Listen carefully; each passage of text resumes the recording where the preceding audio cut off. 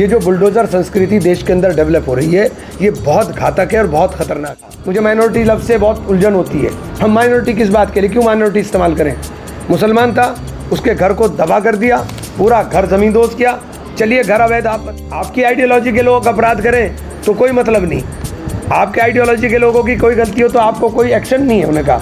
और एक नहीं, मैं 10 वाक़यात ज्वलंत मुद्दा देश के अंदर चल रहा है। और जो एक मैं समझता हूँ कि पूरे देश के अंदर कानून व्यवस्था की जो जब बात होती है तो कानून व्यवस्था के नाम के ऊपर आप देश के कानून की धज्जियाँ उड़ा रहे हैं। ये जो बुलडोज़र संस्कृति देश के अंदर डेवलप हो रही है, ये बहुत घातक है और बहुत ख़तरनाक है।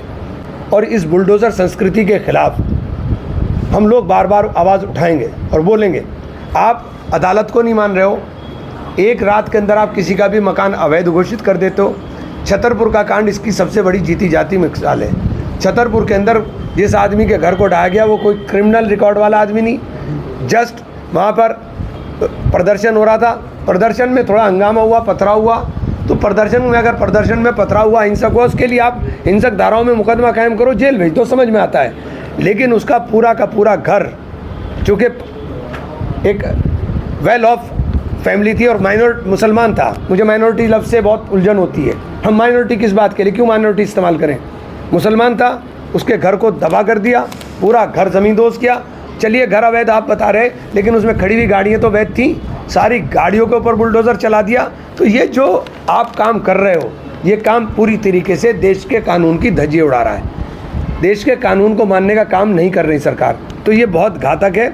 और हम लोग इसके ऊपर अगले सत्र के अंदर निश्चित रूप से बोलेंगे कि इस संस्कृति को देश के अंदर नहीं पनपने देना चाहिए। हमारा देश तो बड़ा सौहार्द वाला देश है, जिसने क्राइम किया है और चलता भी ये सिलेक्टिवली है, ये सिलेक्टिवली चलता है। चलता उनके ऊपर है जो आइडियोलॉजिकल आपके साथ जुड़े हुए नहीं हैं। आपकी आइडियोलॉजी के लोग अपराध करें तो कोई मतलब नहीं। आपके आइडियोलॉजी के लोगों की कोई गलती हो तो आपको कोई एक्शन नहीं है होने का।